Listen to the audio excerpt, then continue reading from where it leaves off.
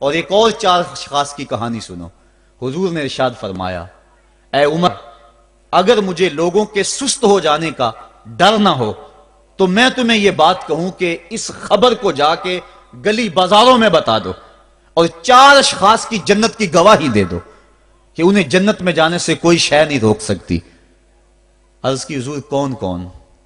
فرمایا، ایک وہ عورت جس نے اپنی ساری محبتیں اپنے خامد پہ نچھاور کر دیں اور وہ اس حال میں مری کہ اس کا خامد اس پہ راضی تھا، جنت میں جانے سے اس کو کوئی شے نہیں روک سکتی۔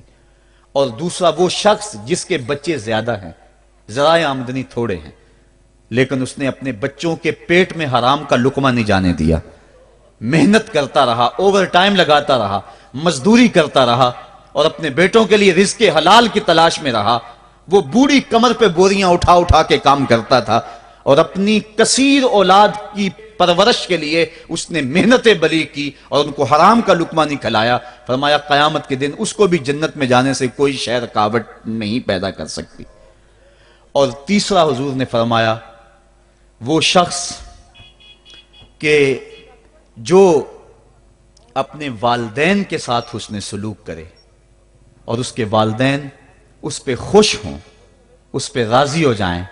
اور چوتھا وہ شخص کہ جس نے ایسی سچی توبہ کی کہ گناہوں کی طرف پلٹنا اس کے لیے اتنا مشکل تھا، جس طرح جانور کے تھن سے نکلا ہوا دودھ واپس نہیں جا سکتا، وہ گناہوں کی دنیا میں دوبارہ نہیں جا سکتا۔ تو یہ فرمایا یہ 4 شخص ایسے ہیں، عمر اگر اس بات کا ڈر نہ ہو کہ لوگ سست پڑ جائیں گے تو ان 4 اشخاص کے بارے میں شہادت دے دو کہ یہ دنیا پہ چلتے پھرتے جنتی۔ تو ماں باپ کی خدمت کرنے والا، ماں باپ کو راضی رکھنے والا یقیناً اللہ کی نعمتوں کا حقدار ہے۔ وہ بدبخت ہیں بیٹے جو ماں باپ کو راضی نہیں رکھتے۔ اللہ کے حبیب صلی اللہ علیہ وسلم کی خدمت میں ایک شخص حاضر ہوا اور اس نے اذن جہاد طلب کیا، حضور میں جہاد پہ جانا چاہتا ہوں، مجھے اجازت مرحمت فرمائے۔ حضور نے فرمایا، احیٌ والدا کا، کیا تیرے والدین زندہ ہیں؟ کالا نعم، عرض کی ہاں حضور میرے والدین زندہ ہیں۔ کالا ففیہما فجاہد، کہا جا ان کی خدمت کر، یہی تیرا جہاد ہے۔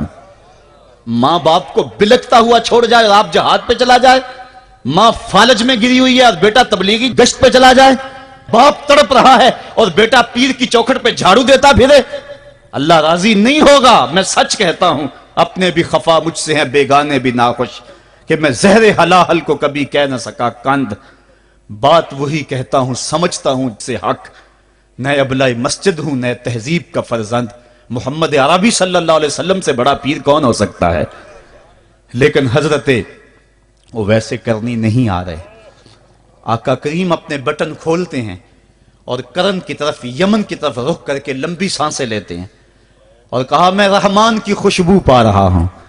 ایک دن صحابہ نے پوچھا، بندہ نواز جس کے لیے تڑپتے ہو، جس کی ٹھنڈی ہوائیں آپ کو آ رہی ہیں، وہ آپ کا بڑا پیار کرنے والا ہے؟ کہا ہاں میرے سے بڑی محبت کرتا ہے۔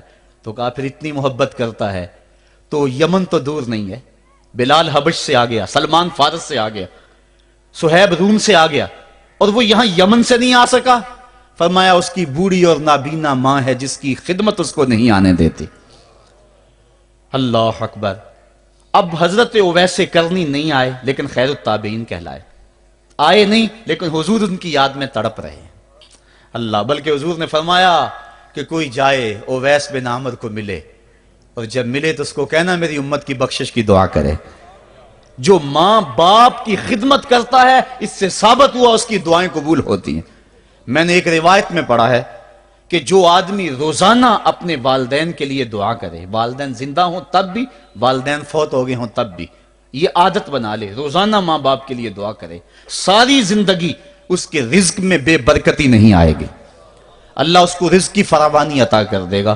اور جو والدین کے لیے دعا نہیں کرتا، اللہ تعالیٰ کی رحمتوں سے محروم ہو جاتا ہے۔